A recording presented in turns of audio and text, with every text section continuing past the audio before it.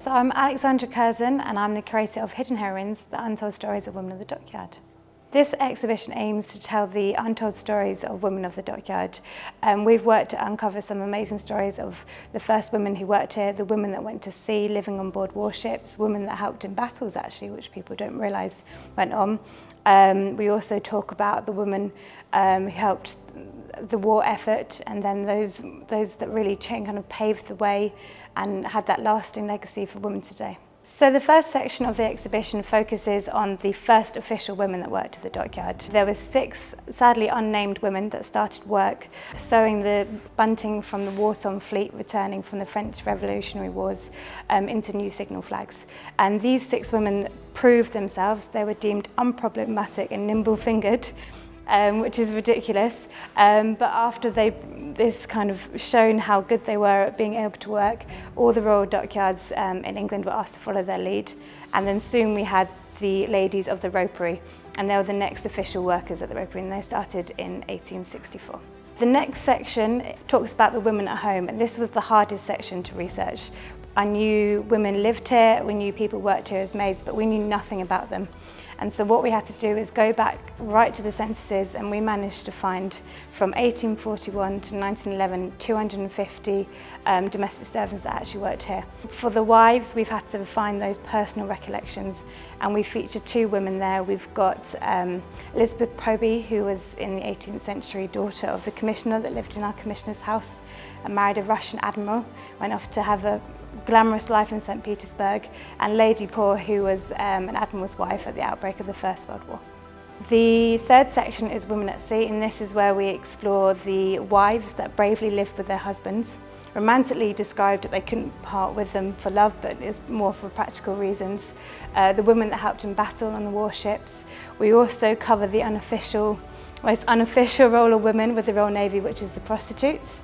Really interesting stories about these 500 prostitutes being shipped out to stop mutinies on ships. And then the 20 women in disguise dressed up as men to serve in the Royal Navy. The next section is focusing on the women at war. So even though the dockyard workers was a reserved occupation, a lot of them felt the social pressure and went off to fight. And 2,000 women were employed to enable this, and they were incredible. In the First World War alone, they built 12 ships and submarines, and they're involved with all the roles of the refitting and servicing of damaged ships that were coming back after being hit by torpedoes. The next section we focused on women in service, and this is really interesting because often in previous hundreds of years women would unofficially be supporting military campaigns, but in 1915 the suffragettes marched to London and said that we want to take on more of a role, and that's why we had the first military services for women set up, and their work was land-based to enable men to go off and fight. And in particular, the Wrens is obviously very key to the Chatham Dockyard story, and we feature a timeline of their amazing stories, and actually by the end of World War II there were 75,000 of them. Second but last section is the women post-war, and this is where women had proved themselves during the war years, and they didn't want to lose this independence, and they took on a number of roles supporting the dockyard.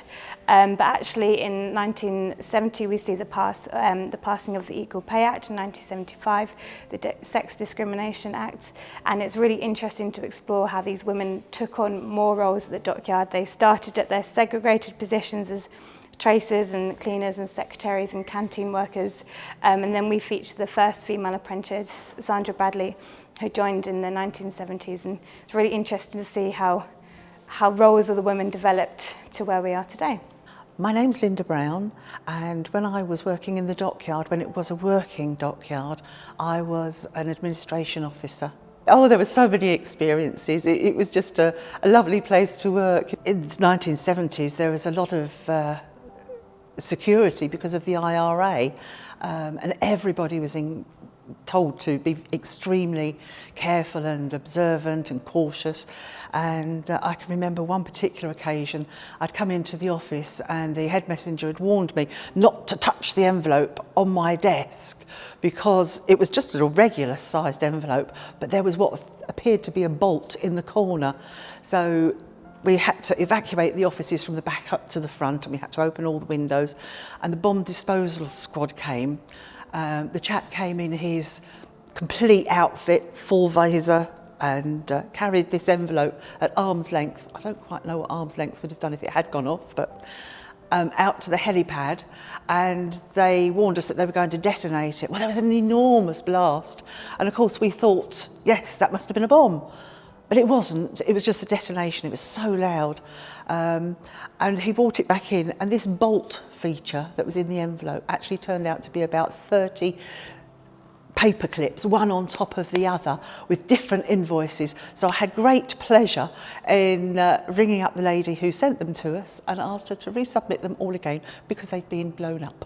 But it was a great place because everybody joined in together, and we were a team even in those days, you know, as far as I could see, right the way across the yard. It was a great atmosphere. So there are lots of memories, but that's probably my most dramatic one. Which brings us nicely on to our last section, which really features on the women that work here now. The dockyard closed in 1984, but we have a strong female workforce still today. And we feature this at the end of the exhibition and kind of showcase how actually this was an exhibition created by women as well, which is a really exciting part of this story. My name is Leanne Clark and I'm a master rope maker. I have worked at the historic dockyard for 11 years, 9 of those being in the ropery. I absolutely love working here because it's got such a tight sense of community as well as just the history seeped in the entire place. My job personally entails making rope to order and making products out of rope as well. So we make everything from magnets to mooring lines. Being the only female rope maker used to have its downfalls when I first started, in that I wasn't physically strong enough to do some of the jobs, but I've since bulked up a bit and learnt how to do things my way. But otherwise the guys just kind of treat me as a rope maker and as one of the team. To make rope, you start off with the individual yarn, which is then twisted into the strands, and 3 strands then make a rope. To determine the size of the rope, the less yarns you put in, the smaller the rope, the more yarns you put in, the bigger the rope, and we make everything from 5mm all the way up to 110mm. I feel like the Hidden Heroines exhibition is so important because the history, naval history in general, tends to focus a lot on the male roles and the women get sort of sidelined, but the female roles were just as important, if not more important in some respects, and they just kind of get a bit of a backbench, and I feel like it really needs to come to light what the women did in history. We also have a touring exhibition that will be going around to local schools and libraries with outreach sessions, and we're never going to lose this research. We've got it now, and there'll be a digital exhibition that continues beyond the life of the exhibition. But what also has been an amazing opportunity is to collect new images and oral histories that will remain in our archive and protected for future generations. Now we've got women doing just about every job you could imagine that they needed and wanted to do in the dockyard. I can't think of any jobs that they wouldn't be capable of doing, and I think it's important to reflect the acceptance of women in society, and in society, in the dockyard, the community has changed over the years, that it is very unisex now, and I think that's a great thing because women do a good job, and I think we should celebrate that.